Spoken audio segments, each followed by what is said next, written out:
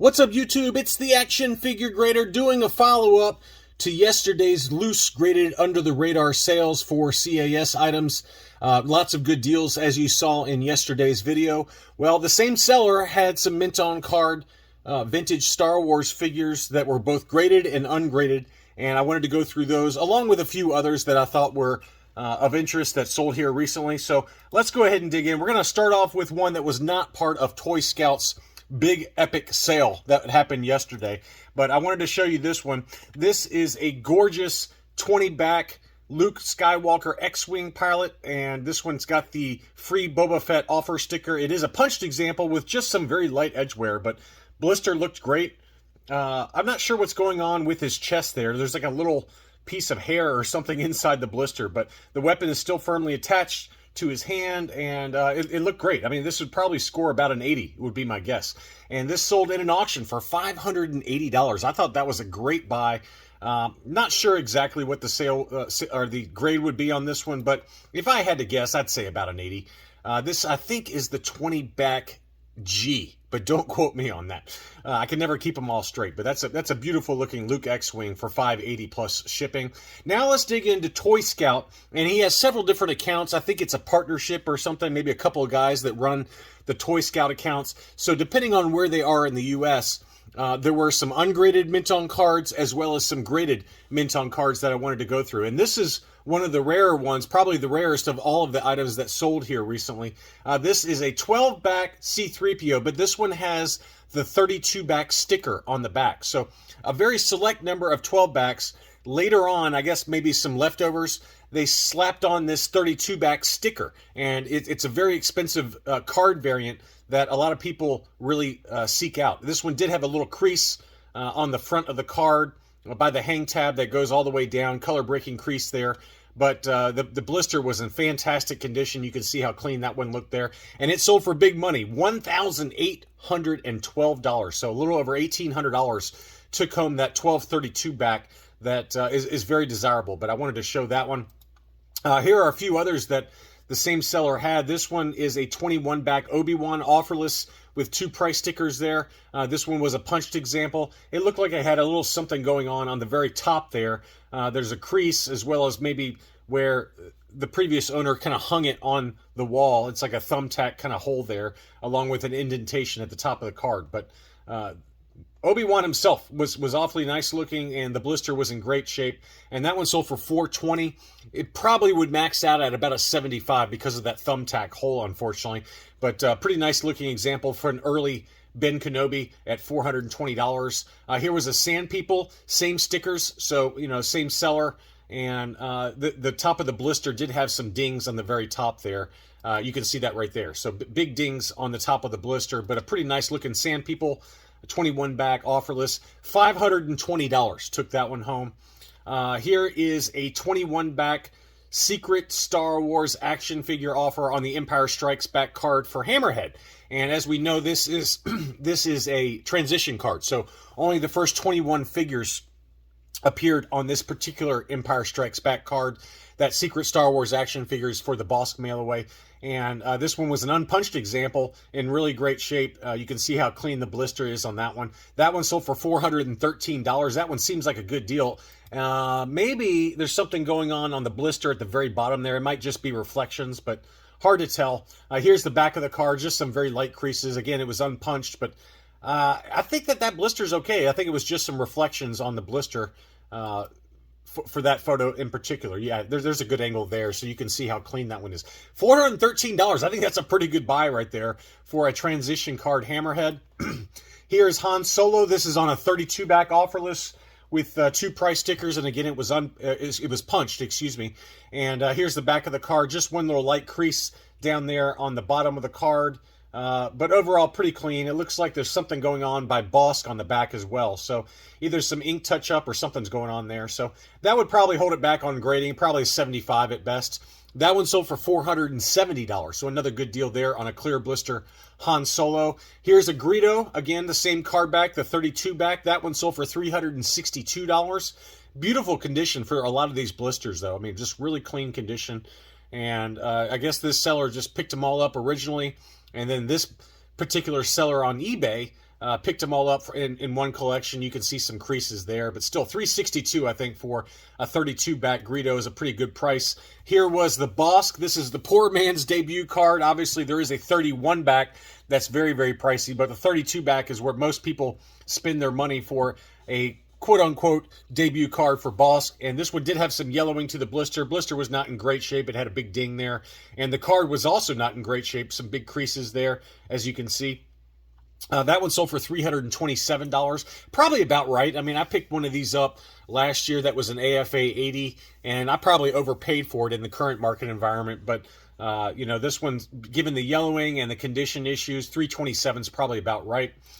Next up is an R2-D2, again, another 32 back. Obviously had some heavy creases on the front of the card, but crystal clear blister that was in really great shape overall. You know, probably a 70 is my guess because of the damage to the top of the card. 70 plus, somewhere in that ballpark. And it still sold for $338. So anytime you get a first 12 R2-D2 on an ESB card, it usually is pretty expensive because at some point during the Empire Strikes Back run, they switched over to that sensor scope R2-D2. Next up is a Darth Vader. We all know how expensive Darth Vader usually is. I thought this one was actually a pretty good buy. It looked like it did have a little pinch there on the blister, as you can see there. Here's another angle. Yeah, you can see that pinch right there on the side of the blister. But the card was in pretty good shape overall. You know, honestly, just looking at these photos quickly, I would say that this is probably a 75 grade. And to get that for $410, I mean, hard to beat that. And what's interesting is that this footer did have the U stamp, and that's for the Unitoys factory in Hong Kong. Some of them did have a U or an S, and some of them did not have any stamp at all, but I thought that was interesting. I do find it weird that the footer is so small. It looks like it's a lot smaller than the actual blister, and a little bit smaller than what I'm used to there. So maybe it was miscut, I don't know. But anyway, that's what it sold for, was $410. Seems like a good buy, assuming everything's legitimate on that one. Next up was the Imperial Stormtrooper in the Hoth Battle Gear. This was an unpunched example. Clear blister again. Pretty great shape. That one sold for $510. It does seem like the Hoth Stormtrooper commands a pretty good premium usually, but you know, in high grade, I've seen them sell for $800 to $1,000. Given that this one was ungraded with just some late condition issues, it looks like on the back of the card there, you can see a faint crease at the bottom of the card, but pretty beautiful example overall. That really presents nicely from the front especially, and $510 is a price I would have paid all day long. Next up was Snaggletooth. This one did have a little crease on the upper left-hand corner. Again, it was unpunched though, so beautiful card, beautiful blister again, and that one sold for $245.50 plus shipping. So lots of good action on these. You know, just most of these kind of fell underneath the radar, and they kind of ended at a weird time. They ended on August 14th, which is what I think Tuesday or Wednesday. But still, that's a really nice example for Snaggletooth. Now, the other account, this is a different account based in Florida this time, but it is listed as Toy Scout, and he's got 2 or 3 different accounts. But these were all down in Florida, and they were all graded by CAS. So CAS graded mint-on cards. This one is a clear blister Princess Leia in her Hoth outfit. This was the 41 back D, and you can see the label there. It was 80, 85, 90 for the subscores for an overall 80 plus. So beautiful example. Fred Meyer price sticker right on Leia, unfortunately, but it was a punched example. Now, I don't know what's going on. As you'll see in a lot of these photos, in the upper left-hand corner, there's like, I think it's just a reflection, but it's got YTU and what looks like a robot or something going on. I don't think that that's on the card, okay? Because it's on almost every one of the photos that we see here. But this is a lesson, I think, to sellers that I think you could do a lot better with your photos. See how dark this photo is? And it's not like they didn't have better photos. I mean, Collector Archive Services, with every submission, they send you really nice high-res photos now. And you would have been better off, I think, as the seller, using those photos from CAS instead of these really dark backs. I mean, this is just not a great photo there. And this one's got all the reflections of his hands and then whatever that logo is in the upper left-hand corner. So potentially The prices could have been higher, potentially not, I don't know. But in my opinion, you really got to take some nicer photos before you list some of these for auction. But that one did sell for $561, which smells like a really good deal to me for a 41 back D Princess Leia. That's the brown-haired version. There obviously is a red-haired version, which very commonly shows up on the 41 back A with the free survival kit offer. Almost always, those 41 back A's have the red-haired Princess Leia Hoth, but this was the brown hair on the 41 back D. Next up, the same seller had two different Cloud Car pilots on the 47 back, which is the free 4-lam offer. This one is a clear blister and was graded 80 by CAS. So very nice looking example there. And again, it's got that same logo that's reflecting in the back along with some pink fingernails and hands on the photos. But that one did sell for $296. That's a bargain of a deal, in my opinion. I would have paid all day long a lot more than that if I didn't already have one. I've already got one of these in a pretty high grade. But that was a really nice example. And what's interesting is that they had a second one that was a yellowed blister, and it was graded 80 again. So this one was 80.4. This one was 82.0. So this was certainly a better example, clear blister and a slightly higher grade. And that one sold for $296 versus the yellowed blister that sold for $271.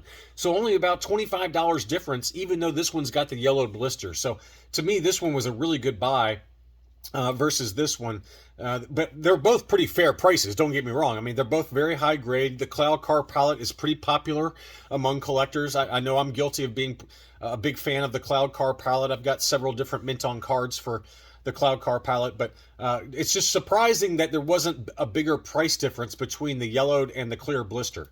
Next up was a yellowed blister 47 back Bespin security guard, the black version, and this one sold for $132.50. It was a CAS yellowed 80. Another pretty good price there, although it did have two pretty big price stickers that kind of marred the aesthetics of this one. But $132.50, you can't beat that, given that it costs $60 or $70 to get one of these mint on card vintage Kenner items graded. Next up, the same seller again had doubles for the 48 back C TIE Fighter pilot. This was an unpunched example, clear blister, overall 80 grade, and that one sold for $335, which to me seems really low to me. Again, it could come down to the photos, it could come down to a weird auction end time, but an unpunched example, admittedly with a price sticker right over top of the name pill, which was unfortunate placement, but a clear blister, 80, 85, 80, and $335 is a bargain of a price. And then here was the other one the same seller had. This one was 80, 85, 85 for an overall 80 plus. Again, this one was an unpunched example with no price sticker, so this was certainly the better of the two examples. And this one had a much bigger price disparity. The first one sold for $335. This one sold for $561. It was a slightly higher grade, no price sticker. Certainly looked to be the better example, but just surprising that there's that big of a price difference for this one versus the two Cloud Car palettes and some of these others that maybe just came in a little bit lower than expected. Next up was a yellowed 48 back A AT-AT Commander. This one again was graded 80. 85, 85, 80 were the subscores, pretty heavily yellowed, which is a common problem. The head on this one also does have some frosting, so it's got a little bit of mold on that character head there. So to me, the figure score should never be an 80 if you've got mold on the character. I think that should automatically default to a 75 at best. Personal opinion on that. Now, the weapon was still taped to the inside of the blister, so in theory it should be an 85, but because of that frosting, it did get an 80 score for the figure subscore. But to me, it should be all the way down to a 75 if you've got frosting on the figure. But that's my personal opinion. And the price reflected the condition issues, the heavy yellowing, the frosting to the head. It kept the price down at $182.50, so a very fair price. Next up was a yellowed blister 65 back B Weequay. This one was graded 80 plus by CAS, so a pretty decent example there. Unpunched with two price stickers again right on the name pill. Unfortunate placement by some of these store clerks back in the 1980s, but that one sold for $112.50. A really good buy there if you can live with the yellowing on the blister. Here was a CAS 85 Reese on the same card back, the 65 back B. That one sold for $178.50, so another good buy. Here was an 8D8, and it was labeled as a yellowed blister, but unlike the last two examples, the yellowing on this blister is not nearly as bad. It almost looks like a clear blister at first blush. This one was a punched example with 2 price stickers, and that one sold for $201. So you would think that it would sell for kind of right around the same price as these other two. But because it does present, I think, a little bit nicer, and also it's 8D8, we just had him in the Book of Boba Fett. You know, it's a droid. There's just a little bit more maybe cachet in terms of reputation for this particular character versus Reese and Weequay. So I think 201 plus shipping is pretty fair price on that one. Next up, this is a different seller, but this was an ungraded Power of the Force Imperial Gunner.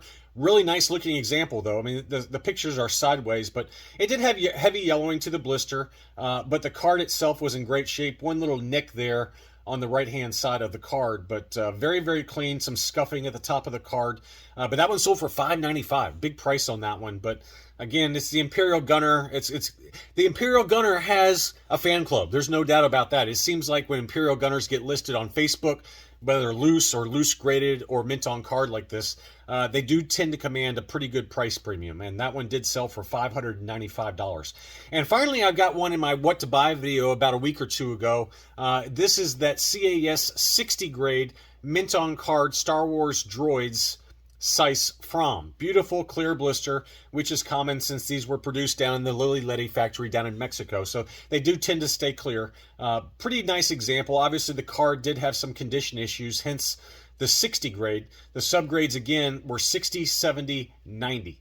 So not sure why this one got a 70 for the blister score. At first blush, it looks pretty good, but there must have been a ding or something going on, maybe a small crack or something that held the blister score down. But really nice example, and we know how expensive Sice From has become. I've seen these ungraded loose without the coin sell for over $600 or $700 on Facebook. So to get one mint on card for $858, pretty fair deal in my mind. So anyway, I hope you enjoyed this look at recent mint on card sales, both graded as well as ungraded. Thanks as always for watching, and I'll be back soon.